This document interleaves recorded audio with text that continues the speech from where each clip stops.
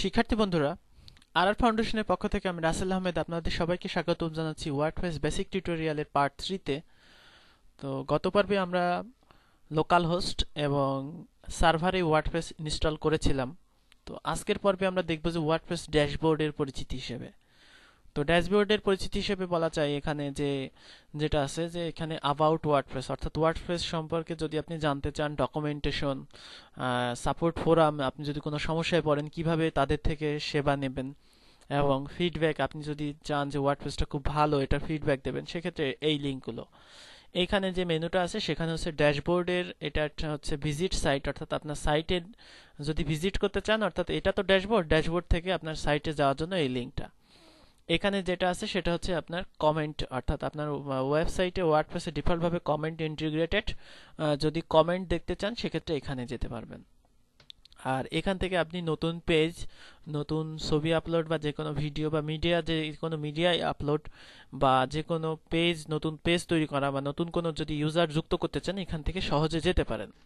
আর ডান দিকে আছে যে এখানে আপনার প্রোফাইল আপনি সেট করতে পারবেন, যে আপনার পাসওয়ার্ড চেঞ্জ করতে পারবেন, বা এখানে লগ আউট লিঙ্ক আছে, লগ আউট করতে পারবেন, এইগুলো আর কি। তো এইখানে যে মেনুগুলো আছে এইগুলোই হচ্ছে ওয়ার্ডপ্রেসের মেনু। আর এখানে যে অপশনগুলো আছে সেগুলো হচ্ছে, এইটা হচ্ছে আপনার ওয়ার্ডপ্রেসে কতটি পোস্ট আছে বর্তমানে, পেজ কতটি আছে, ক্যাটাগরি, ট্যাগ এবং ডিসকাশনের জন্য আপনার যে কমেন্ট, এইগুলো। তারপরে এখানে আপনি কোন থিম ব্যবহার করছেন, আপনি ওয়ার্ডপ্রেসের কোন ভার্সন ব্যবহার করছেন সেটা এখানে দেখায় দেবে। তারপরে রিসেন্ট কমেন্ট, এখানে ইনকামিং লিঙ্কস, আপনার ব্লগের সাথে যদি অন্য কোনো লিঙ্ক থাকে সেই ক্ষেত্রে এখানে লিঙ্ক দেখাবে। নতুন প্লাগইনগুলো আপলোড হয়েছে কোনগুলো সেগুলো এখানে দেখাবে। তারপর এখানে কুইক প্রেস, আপনি যদি খুব দ্রুত এখানে একটা পোস্ট লিখতে চান সেক্ষেত্রে এখান থেকে কুইক প্রেস করে পাবলিশ করলে সেটা প্রকাশিত হয়ে যাবে। রিসেন্ট ড্রাফট, আপনি যদি কোনো সাম্প্রতিক ড্রাফট রেখে থাকেন, দেখা যাচ্ছে লিখতে লিখতে সেভ করে রেখেছেন, সেভ ড্রাফট, তাহলে সেটা সেভ থাকবে, প্রকাশিত হবে না। আর এটা WordPress dot blog dot org থেকে এটা ফিড আর কি ওয়ার্ডপ্রেসের, এখান থেকে ওয়ার্ডপ্রেস নিউজ। তো আপনি এগুলো সরাতে পারবেন, এগুলো মুভেবল, একটা থেকে আরেকটা অন্য জায়গায় সরাতে পারবেন। আপনি যদি চান যেগুলো থাকবে না সেক্ষেত্রে স্ক্রিন অপশনে গেলে আপনি এখান থেকে সরাতে পারবেন। আপনি চাইলে 4 কলাম বা 2 কলাম বা 3 কলাম বা 1 কলামে এগুলো রাখতে পারবেন। তো এগুলো সচরাচর এগুলো কমেন্ট আর এগুলো রেখে বাদ বাকিগুলো সরাই রাখাই ভালো। তো এভাবে আমরা ড্যাশবোর্ডের পরিচিতি জানলাম। তো আমরা আস্তে আস্তে এইগুলো দেখি। এখানে আপডেটস, যেখানে মেনু, যে আপডেটস মেনুতে আপনি পাবেন যে আপনার কোনো থিম বা কোনো প্লাগইন বা ওয়ার্ডপ্রেসের ভার্সন যদি কোনো প্রকারে কোনো আপডেট আপনি মানে চান সেক্ষেত্রে এখান থেকে দেখতে পারেন। যেমন এখানে বলছে যে আমাদের লেটেস্ট ভার্সনের ওয়ার্ডপ্রেস আমরা ব্যবহার করছি, আমাদের আপডেট করা লাগবে না। যদি আপনি কোনো সমস্যা মনে করেন আপনার সাইটে, আপনি রিইনস্টল নাও এ ক্লিক করলে আপনার সাইটে নতুন করে আবার ওয়ার্ডপ্রেস ইনস্টল হয়ে যাবে। তারপরে এখানে প্লাগইনস, এখানে বলা হচ্ছে যে আমাদের সব প্লাগইনগুলো আপ টু ডেট আছে, এখানে আমাদের সব থিমগুলো আপ টু ডেট আছে। তো এখান থেকে আপনি ওয়ার্ডপ্রেসে যে আপডেটসগুলো সেগুলো আপনি ব্যবহার করতে পারেন। এরপরে আসি পোস্ট। তো আমরা যদি আমাদের সাইটটা দেখি সেখানে দেখা যাবে যে হ্যালো ওয়ার্ল্ড নামে যে একটা নতুন লেখা আছে। আমি আগেই বলেছি ওয়ার্ডপ্রেস হচ্ছে একটা ব্লগিং প্ল্যাটফর্ম আর কি।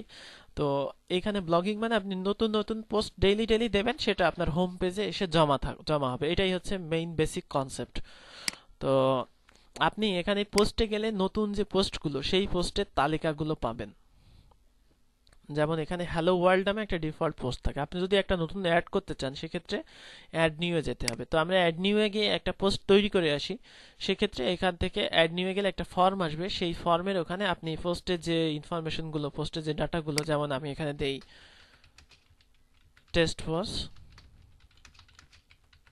পোস্ট, এখানে আপনি মাইক্রোসফট ওয়ার্ডে যেমন ফরম্যাটিং করতে পারেন সেগুলো এখানে করতে পারেন। এখানে ভিজুয়াল এবং এইচটিএমএল এডিটর আছে, আপনি যদি এইচটিএমএল এ দক্ষ হন সেক্ষেত্রে এটা ব্যবহার করতে পারেন।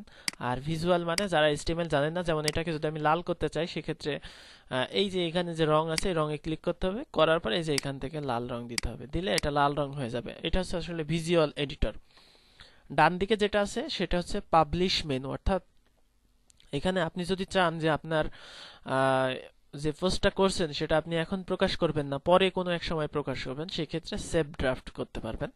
আর যদি প্রকাশ করার আগে দেখতে চান সেক্ষেত্রে প্রিভিউয়ে ক্লিক করলে এটা দেখা যাবে। আর স্ট্যাটাস এখানে ডিফল্ট ভাবে ড্রাফট থাকবে, এখানে পাবলিশ করলে পাবলিশ হয়ে যাবে। ভিজিবিলিটি পাবলিক, অর্থাৎ আপনি যদি চান যে আপনার সাইটের শুধুমাত্র মেম্বাররা দেখতে পারবে, সেই ক্ষেত্রে আপনি এখান থেকে প্রাইভেট করে দিতে পারেন, বা এখান থেকে আপনি স্টিকি করলে এটা শুধুমাত্র ফ্রন্ট পেজের উপরেই থাকবে। পাসওয়ার্ড প্রোটেক্টেড করলে আপনি এখানে একটা পাসওয়ার্ড দেবেন, সেই পাসওয়ার্ডটা ছাড়া এই পোস্টটা কেউ পড়তে পারবে না। তো এটা সাধারণত পাবলিকই ডিফল্ট ভাবে থাকে। তো তারপরে আমাদের আছে যে পাবলিশ ইমিডিয়েটলি। মনে করেন আপনি ট্রাভেল ব্লগার, বা আপনি হ্যাপি নিউ ইয়ার সম্পর্কে একটা পোস্ট লিখেছেন, সেটা আজকে প্রকাশিত হওয়ার দরকার নাই, 2013 সালের জানুয়ারির 1 তারিখে প্রকাশিত হবে। সেই ক্ষেত্রে আপনি এখানে 2013, এখান থেকে জানুয়ারি, এখান থেকে 1 দিয়ে দিলে আপনি আজকে লিখবেন লেখাটা, কিন্তু প্রকাশিত হবে সেই তারিখে। তারপর এখান থেকে ওকে করতে হবে। তো এখানে ডিফল্ট ভাবে পাবলিশ ইমিডিয়েটলি থাকে। ফরম্যাট, এখানে ফরম্যাট বিভিন্ন থিমের বিভিন্ন রকম থাকে। যেমন আমরা স্ট্যান্ডার্ড মানে পোস্ট লিখছি, এ সাইট বা ইমেজ বা লিঙ্ক যে কোনো কিছু, এটা থিমের উপর ডিপেন্ড করে। এটা আসলে তেমন কোনো মানে ইম্পর্টেন্স নেই। তো ক্যাটাগরি যেটা আছে সেটা হচ্ছে আপনি পোস্টগুলো ক্যাটাগরি আকারে রাখতে পারেন, যেমন ওয়েব ডিজাইন সম্পর্কিত, ওয়ার্ডপ্রেস সম্পর্কিত, বা আপনার দেখা যাচ্ছে ট্রাভেল সম্পর্কিত, বা বিভিন্ন টিপস এন্ড ট্রিক্স সম্পর্কিত, এগুলো আপনি এখান থেকে যুক্ত করতে পারেন। তো কিভাবে ক্যাটাগরি যুক্ত করবেন? এখানে অ্যাড নিউ ক্যাটাগরিতে গেলে নতুন একটি ক্যাটাগরির বক্স আসবে। এখানে নিউ ক্যাটাগরিতে ক্লিক করলাম, এবার অ্যাড নিউ ক্যাটাগরি, এখানে ক্লিক করলে দেখা যাচ্ছে এটা নতুন অ্যাড হয়ে যাবে। তারপরে ট্যাগ, প্রত্যেকটা পোস্টের আপনি ট্যাগ দিতে পারেন। যেমন আমি এটা ট্যাগ দিলাম নিউ পোস্ট, আদার পোস্ট, জাস্ট পোস্ট। আমি এভাবে 3টা ট্যাগ দিলাম, যেগুলো কমা দিয়ে দিতে হবে। এখানে বলা আছে separate tags with কমাস।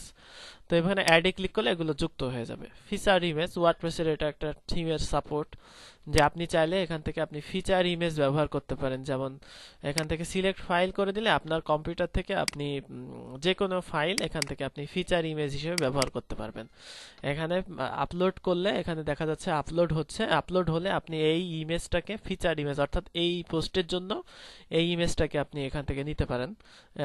Feature image হচ্ছে যে কোনো থিম, এটা হচ্ছে সাপোর্ট করার ব্যাপারের মধ্যে আছে, এটা হচ্ছে যে কোনো থিমে সাপোর্ট করবে, অর্থাৎ আপনার থিমের উপর ডিপেন্ড করবে যে এই ফিচার ইমেজ বক্সটা আসবে কিনা। তো বিভিন্ন থিমে দেখা যায় বিভিন্ন প্রকারের ইমেজ পাওয়া যায়, বিভিন্ন প্রকারের অপশন পাওয়া যায়, সেই অপশনগুলো এখানে থাকবে। তো আমরা এটাতে ফিচার ইমেজ দিব না, এমনিতেই এখানে রাখলাম।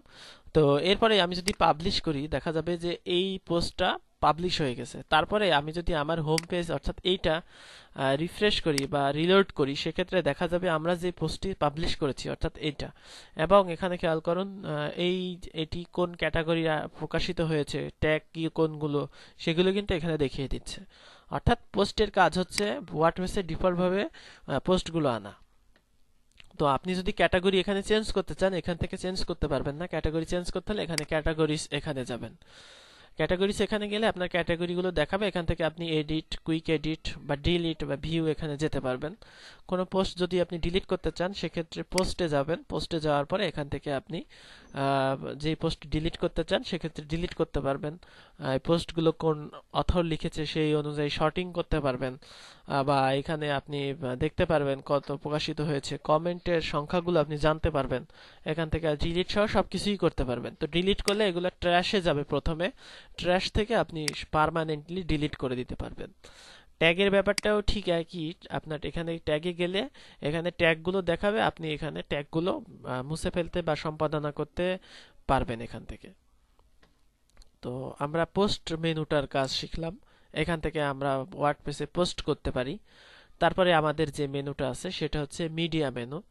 মিডিয়া মেনু দিয়ে আমরা ওয়ার্ডপ্রেসে যে ফাইলগুলো আপলোড হয় সেই ফাইলগুলো ব্যবস্থাপনা করতে পারি। অর্থাৎ আমি যদি এখানে নতুন একটা ইমেজ আপলোড করতে চাই বা নতুন একটা মিডিয়া আপলোড করতে চাই, সেক্ষেত্রে আমি অ্যাড নিউ এ ক্লিক করব। করার পরে এখান থেকে আমি চিনিয়ে দেব যে কোন ইমেজটা আমি আপলোড করতে চাই। আচ্ছা, আমি একটা ইমেজ আপলোড করি, তাহলে আপনাদের বুঝতে সুবিধা হবে।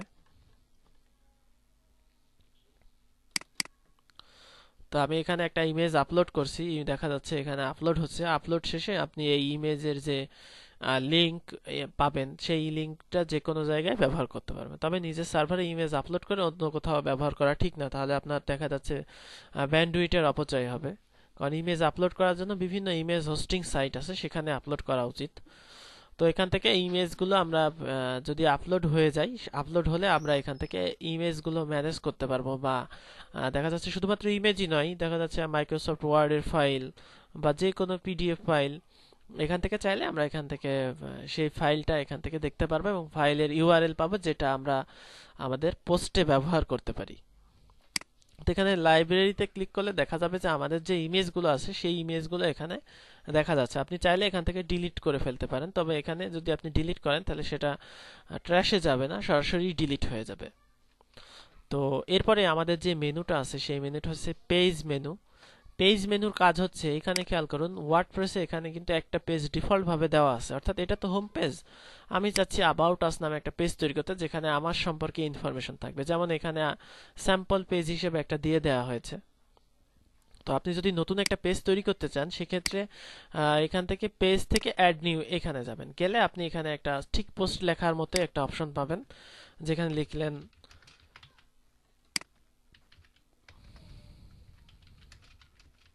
অ্যাবাউট আস টেক্সট, লিখে এখানে পাবলিশ ক্লিক করলে আপনি দেখবেন যে এখানে আরেকটা পেজ চলে আসছে, যে পেজটার নাম হচ্ছে অ্যাবাউট আস। এখানে ক্লিক করলে আপনার অ্যাবাউট আস এর জন্য সেটা। আপনি যদি চান যে পেজে কমেন্ট থাকবে না, সেক্ষেত্রে এখানে কিন্তু অপশন আছে যে আপনি কমেন্ট এখানে চাচ্ছেন না, সেক্ষেত্রে স্ক্রিন অপশন থেকে এখানে আপনি কমেন্টস এখানে ক্লিক করবেন। এখানে আরো যে অপশনগুলো আছে সেগুলো আপনি দেখবেন, আমরা প্রত্যেকটাই নেই, নিয়ে এগুলো দেখি যে আসলে এগুলো কি। এখানে কাস্টম ফিল্ড মানে ওয়ার্ডপ্রেসের ডিফল্ট ভাবে এটা থাকে, এটা কাস্টম ফিল্ড আপনি আপনার থিমে ব্যবহার করতে পারেন। যখন আমরা থিম ডেভেলপমেন্ট শিখবো তখন এটার ব্যবহার দেখব। আর আপনি যদি কমেন্ট ডিসকাশন অর্থাৎ কমেন্ট যদি না চান, সেক্ষেত্রে এখানে টিক চিহ্ন দুটো উঠিয়ে দিতে পারেন, তাহলে কমেন্ট বা পিং ব্যাক কোনোটাই আসবে না। এখানে স্লাগ অর্থাৎ আপনার যে এই যে পোস্টার যে একটা মানে পোস্টের শেষে যে অংশটুকু থাকবে সেটাকেই বলা হয় স্লাগ। আর অথর আপনি চেঞ্জ করে দিতে পারেন, এখানে অথর যদি আপনার সাইটে অনেকগুলো থাকে। আর রিভিশন মানে হচ্ছে আপনি যদি এটা একবার প্রকাশ করেন একটা রিভিশন সেভ থাকবে, আবার প্রকাশিত করলে আরেকবার রিভিশন থাকবে, মানে আপনি যতবার এডিট করবেন ততবার এগুলো এখানে রিভিশন থাকবে, যে পূর্বের ভার্সনগুলো সেভ থাকবে এখানে। তো এরপরে আমরা আপডেট করলে এখন দেখা যাবে যে এইখানে আমরা কমেন্টের বক্সে কিন্তু আর কমেন্ট বক্স আসবে না, ঠিক আছে, কারণ আমরা এখানে কমেন্ট অফ করে দিয়েছি। তো এটা হচ্ছে ওয়ার্ডপ্রেসের পেজের ইনফরমেশন, অর্থাৎ আমরা পেজ যুক্ত করতে হলে ওয়ার্ডপ্রেসের এখান থেকে যুক্ত করতে পারবো। অল পেজেসে গেলে এখানে এইগুলো দেখা যাবে। তো এরপরে আমাদের যে মেনুটা আছে সেটা হচ্ছে কমেন্টস মেনু।